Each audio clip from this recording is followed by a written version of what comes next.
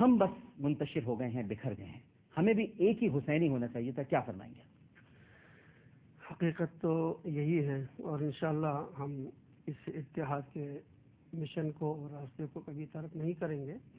جیسے ابھی حضرت نے فرمایا، ہمارا متحدہ علماء محاذ کا ایک اخبار بھی ہے، ہفت روزہ راہ انصار کے نام سے. آپ انشاءاللہ میں کبھی موقع ہوا تو اس کی کاپیاں پیش کروں گا آپ کی خدمت میں.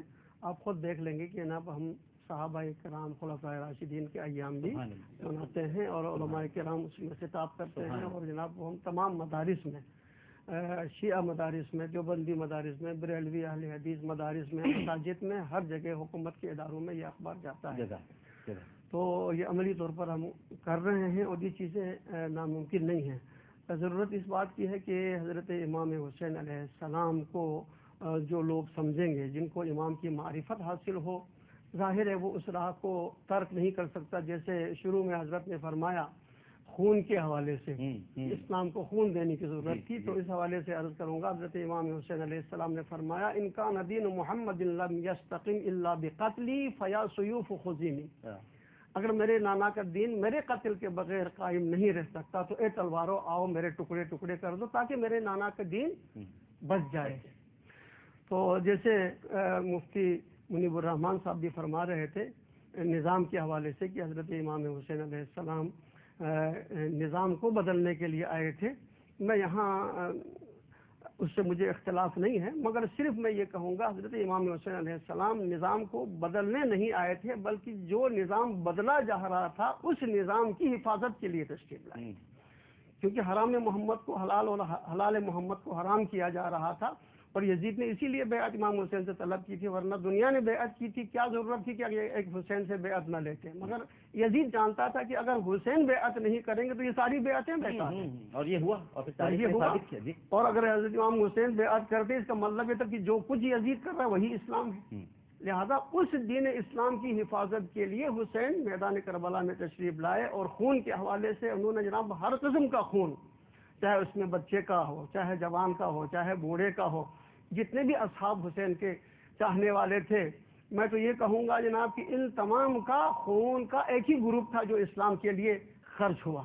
کیونکہ حضرت امام حسین علیہ السلام فرماتے ہیں کہ میں اپنے اصحاب پر فخر کرتا ہوں، ایسے اصحاب نہ میرے نانا کو ملے ہیں اور نہ میرے بابا کو ملے.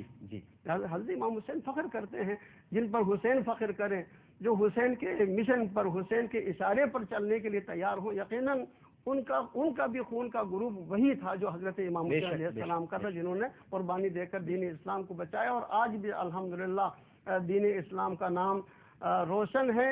اور جن لوگوں نے اسلام کی مخالفت کی یا جن لوگوں نے اسلام کی صورت کو مسخ کر کے پیش کرنے کی اس وقت کوشش کی یزید نے، جس کو امام حسین نے ناکام بنایا. اور آج بھی کچھ لوگ ایسے ہیں کہ جو یزید کو امیر المومنین کہتے ہیں، یزید کو جنتی کہتے ہیں، اور یزید ہی کے حوالے سے یہ سب کچھ ہو رہا ہے. مگر یزید کے نام سے آج وہ اپنے بچوں کا نام بھی رکھنے کے لیے تیار نہیں ہے. یعنی یزید اپنا انجام اس سے مشترک نہیں چاہیں گے. جی ہاں. ڈاکٹر صاحب نے ہر نشست میں کوشش کی ہے کہ وفد کے یزید کی طرف اشارہ کریں. کسی بڑی سامراجی قوت کے ملک کا نام تو نہیں لیا ہے، لیکن اشارتاً یہ کہا ہے کہ ہم سامراج کے ہاتھوں میں بیعت کرتے جا رہے ہیں. اور اس وقت ہمیں مرزا صاحب یہی پیغام دینا ہے کہ اب وقت کو بھی وقت کے حسین کی ضرورت ہے. اور پاکستان جیسے بھی حالات ہوں انشاءاللہ تعالی یہاں دعا کیجئے کوئی حسینی قیادت، اللہ اکبر، سنت رسول صلی اللہ علیہ وسلم کی تابع ایسی آ جائے کہ نظام مصطفیٰ یہاں نافذ ہو. پاکستانی قیادت کرے گا. میں اپنے بچوں کے ٹوٹے ہوئے دل جوڑنا چاہتا ہوں کہ مایوس نہ ہونا. کوئی کہتا ہے پاکستان اپنی حفاظت نہیں کر پا رہا، فوج اپنی حفاظت نہیں کر پا رہی، تو ہماری کیا حفاظت کرے گی؟ ڈاکٹر صاحب فوج کے سامنے اگر دشمن کا جہاز آتا تو وہ اسے گولی مارتے، اسے مار دیتے. لیکن جب دوست کے لباس میں جہاز آ رہا ہو، آپ سے جن سے معاہدہ ہے وہ آ رہے ہوں، یونیفارم آپ کے دوست کی ہو، تو وہ تو سینے پہ گولی کھا کے حیران ہو کے دیکھتے رہے. اسی طرح جہاں یہ فسادات ہیں، اگر کوئی تیر کھا کے کمی گاہ کی اپنے ہی دوستوں سے ملاقات ہوگی تو پاکستانی فوج عساکر، اللہ اکبر، ایسی بات نہیں ہے. وہ پاکستان کے لیے، اسلام کے لیے جان دینے والا ہاتھ سپاہی. شہر میں جو فسادات ہوتے، ہم جو مارے جاتے ہیں، ان کا جو بیٹا مارا گیا، اللہ اکبر. اگر کوئی قشتا لیکن جبھی تو فرمایا تھا کہ یہود و نصارہ تمہارے دوست نہیں ہو سکتے. بے شک وہ انہی سے دوستی. صاحب یہ ایک دوسرے کے دوست ہیں. ولن تردان کل یہود ولن نصارہ حتی تتبع ملتہم. ہم نے دوستی کیوں کی؟ اب انہی کی دوست. اچھا، اور اسی طرح یہ جو شہری فسادات میں جی ہم مارے جاتے ہیں، وجہ یہ کہ مارنے والا قشقہ کھینچا ہوا نہیں ہوتا ہے، اللہ اکبر، وہ بھی امامہ پہنے ہوئے ہوتا ہے. مشکل یہ ہے کہ ہم دوست و دشمن کی تمیز تمیز نہیں کر پا رہے. اللہ کے واسطے بہرحال اگر ظاہر دیندار ہے تو باطن سے بھی دیندار ہو جائیں، ہر جذبہ ایثار کے ساتھ تیار ہو جائیں اتحاد کے لیے، پاکستان کے اسلام کے عالمی قیادت کے لیے. بالکل ٹھیک ہے.